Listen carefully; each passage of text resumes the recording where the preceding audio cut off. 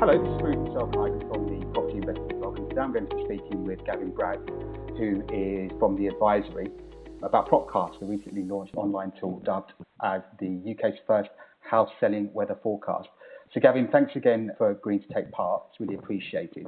Can you start by giving us a little bit of information and an introduction to what the advisory does? Sure. Very simply, it is an online, free and independent advisory source for UK house sellers. Right. And how long has it been established for? Well, it was born, I guess, in 2005, born out of a failed attempt to try and find land assembly deals online, which was a bit of a side project while I was working at quite a large UK retirement home builder. And I think because I was probably the youngest guy and I was the guy who set up the MD with his first Hotmail account, they basically put me in charge of having a look at this internet thing. And long story short, I failed spectacularly to find any land assembly deals. I still had to drive around in my car with an OS map on my driver's seat. But what I did find was an appetite, let's say, for people asking very standard questions about house selling and working for house builders. You know, we don't make any money unless we sell stuff. So, you know, I had a fairly reasonable, I should say, understanding about how that side of the game worked, and I popped up a couple of online articles, and that's where the advisory was born. I didn't really think much of it at the time, but here we are, sort of 13 years later. Right. 13 years later. Excellent.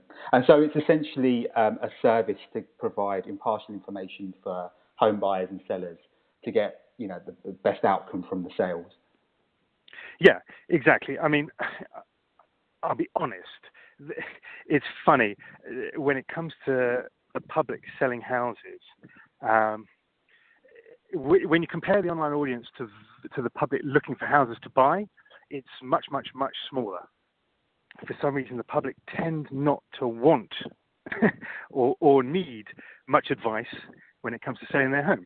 It's only when something's gone wrong do they then tend to jump online and start looking. But the majority of people sort of blithely, just get a couple of agents around, and the fun starts from there. And that's I think part of the reason why we have I think it's basically a 50% sales failure rate in the UK at the moment for the UK public, and hopefully through the advisory, just trying to find ways to engage with house sellers a little earlier in the process, just trying to sort of open their eyes a little bit to some of the issues that they may not necessarily be aware of, that will hopefully start to impact on that 50% failure rate. Sure. And overall just get a housing market that is a little bit more efficient and a little bit more liquid. Sure, that makes sense. Yeah, we'll go on to your report where you mentioned a few of those statistics, which are quite interesting, in a little while. But yeah, I noticed that you've updated the advisory in the last few months. Is that right? Or yeah, that's exactly right. Yeah. So, what additional features have you been updating your portal with? You know, to give it a kind of new look, apart from Propcast, obviously, which we'll go on to discuss shortly. Well, I mean, so the old site was very, very old. Didn't work on mobile, wasn't responsive, all of that sort of good stuff. Right. Also, from a technical SEO point of view and all that, it had a very strange architecture. That's all been rationalised so that we can sort of grow the site. To talk more about more and more elements of the house sale process and add more articles to it for it all to be sort of rational and logical. More accessible, yeah. Exactly. And if I'm completely honest, everything's been rewritten from top to toe. A lot of it was written sort of 2005, 2006.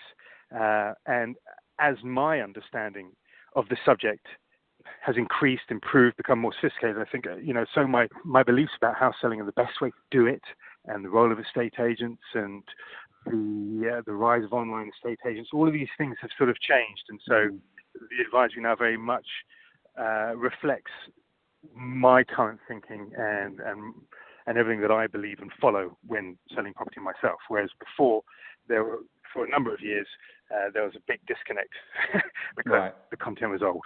Interesting. Yeah. And moving on to the tool itself, why did you feel the need to set up something like Propcast? I really wanted to share just a little sort of hack, basically, that pretty much all asset managers and professional property traders use to take the temperature of the market, because it's just one of these things that helps you work out, what's going to be the right strategy for a particular property. And the public just aren't aware of this. And I thought, well, crumbs, here we go. I can put together Propcast. Maybe that'll act as almost a little educational tool and might be a way to engage with house sellers right at the very beginning of the process, before they get themselves a couple of steps down a road that is going to lead to either a substandard sale or a failure to sell. Right, and not pricing the property in the first place, essentially. Well, so there is, in my view, a very dysfunctional relationship between the estate agency industry and the public. It's a bit of a sort of a pet thing of mine. It was a conversation I had with a very successful London agent many years ago. We were having coffee and talking about estate agency in general. And he said to me, look, the problem with being an estate agent is that you don't win instructions by telling the truth. Mm. And that really is at the core of everything that is wrong with estate agency, and why I think a huge proportion of people have sales that are substandard. Yeah. And so if we can try and get house sellers to the point where they demand the truth and recognize the truth and then actually reward the truth, then the house seller is going to be rewarded by having a better sale. Mm. Estate agents are going to be able to finally, not play this silly game and actually service clients in a way that I think, the absolute majority of them want to. They just want to do a really good job. They wish they didn't have to play these funny games to win business, essentially, right? To win business. I want agents to be able to do what they're really good at, and for house sellers to recognise the really good ones. Because at the end of the day, that is my sort of not so subtly guarded mandate, is that I want top quality, full service high street estate agents to survive and thrive. That is a cornerstone of my personal mission. Right, interesting. And how does this particular tool work differently to, I know there's a lot of online tools and sold prices tools out there, which are, in the majority free to access, like Propcast, but how does it differ in terms of what you track and the information you provide to users? The Propcast is super simple. I mean, we are literally just looking at the number of properties that are available on the market at any one time, right, and calculating the percentage that are under offer / sold subject to contract. Right. Okay. So these are not sold prices based on land registry data. No. This is percentage of a market. It is a measurement of buyer demand. Okay. Interesting. And do you track the progress of the sale once it's gone past that point of being subject to contract? No, I'm not. We don't track any individual properties. We are merely looking at numbers. Right. Okay. And how do you source that data? Is it largely from estate agents providing you that information, or? Fundamentally, it comes from estate agents, but it's coming to me from a third party, because it's right. It is, if it is on the market, then it is being counted by Propcast. So there's a little bit of cleverness going on there, whereby there's some stuff on Rightmove, some stuff on Zoop, there's some stuff on the market, some stuff just on estate agents. Right. That all has to be cleansed to get one master data set, if you like. Okay, I understand, yeah. And could you give us a little bit of description of how the scale works, for want of a better term? So you've got hot, cold, and perhaps somewhere in between. Could you give us an idea of how would you kind of describe each of those kind of scenarios? Yeah, sure. So, I mean, just through experience, basically, and what I've done is I've taken quite a bit of artistic license. So everything is really a percentage. And then I've turned percentages, I've just called them a degree. Right. So that we can stick with the temperature and weather metaphor. But if we're looking at a marketplace, let's say there's 100 properties in the market at that one time. If there are less than 20 under offer, so less than 20% or less than 20 degrees, then that is a very cold market. That is most definitely a buyer's market. There's low buyer demand. Right. 21 to 35, again, that is a cold market. It's not quite as sort of doldrummy as below 20, but, we're still talking about protracted sale times. Your buyer may not actually be in the market right now. Very much selling is a positioning exercise against the house that you're going to compete against, and then pretty much having to wait for that buyer to turn up. 35 to 50, we are now sort of hot market. The balance of power is shifted towards sellers. For example, if ever I'm trading a property and I work out the Propcast and I see that it's over 35%, we're starting to jump around. We're thinking, we're feeling good. We're thinking, great, this is going to be a nice, easy one. We're going to get it in. We're going to get it out. It's going to sell quite quickly. And over 50, home run, scorching hot market. Just put it out there. Multiple offers. They're going to be queuing up on the first weekend. Interesting. Okay, well, that's good to know how it's all kind of broken down. And how can buyers and sellers maximize their use of the platform? Say, for example, a seller is looking to place the property on the market, or they're looking for kind of how they can really kind of pitch the property in the best way and present the property to the market in the most efficient way. What would be your suggestions for that? Well, I mean, first step is check the podcast and find out whether we're talking hot or cold. That's the number one thing, especially if you're buying on as well. Because if you're trying to buy and sell at the same time and you're selling in a cold market, there is absolutely no point going out there and sticking offers in on other houses until you yourself are on the market and have got a steady stream of viewers and, it's looking like an offer's going to be coming your way pretty soon. That's the number one mistake we always see. In terms of then, selling technique, you really need to know how to get more honest advice out of estate agents because they still hold the key. The estate agent that is selling and has recently sold the majority share of properties in your local area in your price bracket, crucially, that agent will have the relationships with your target buyers. So, they're already seeing what are the buying preferences of this target buyer, what have they offered on, what are their motivations. This is the real sort of market knowledge that makes the difference between, a so-so sale and an excellent sale.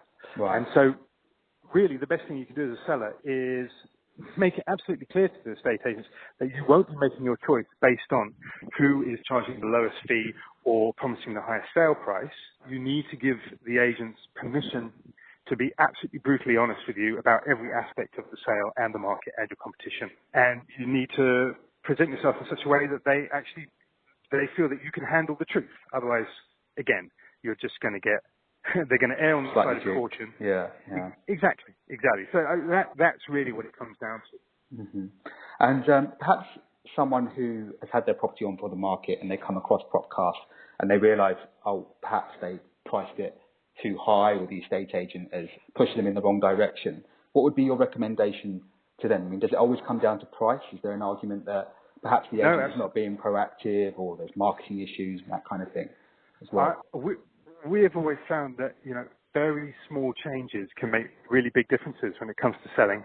And yes, of course, price needs to be looked at. But in terms of positioning, you need to identify which are the properties that you are competing against. What are the properties that the buyer of your house is also going to be giving serious consideration to?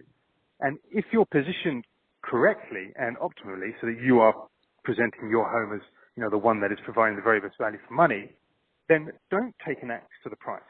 Then it's a matter of, is this the optimal estate agent for you?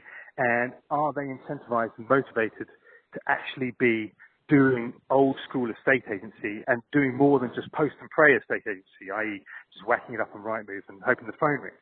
I and every other professional trader that I know of and asset manager, we always go dual agency. So that's two agents in competition with each other on a winner-takes-all basis with a zero contract tie-in period with estate agents so that we Right. can chop and change. It is an absolute cornerstone of getting a superior result when selling your house. Yes, it costs 2% as opposed to, the normal 1% of sole agency, but having tracked our sales results, I'm more than comfortable knowing that the walk-away figure far exceeds the extra 1% in estate agency fee. Interesting. Okay, yeah, it'd be good to know a little bit more about your work with house builders. I know you mentioned it at the start of our conversation. Does the new build market work differently to the second-hand property market, particularly when you kind of factor in things like Help to Buy and, the first-time buyer market, which is starting to gain traction in recent months? I mean, how do things differ? Do you incorporate those kind of variabilities within your own calculations about the movements of the market? Well, actually, it doesn't affect me at all, because what I'm doing is I'm providing funded part exchange services to these house builders. So I'm not touching the new build. I'm buying old stock. Right. Oh, okay. I see what you mean. And so are there, separate micro markets within the markets themselves? So say, for example, flats might differ in terms of how they get bought and sold compared to, your traditional terraced houses, for example.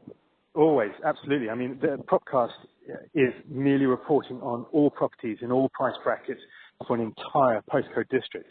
That's much better than most house price indices, but it's still not good enough for your sale.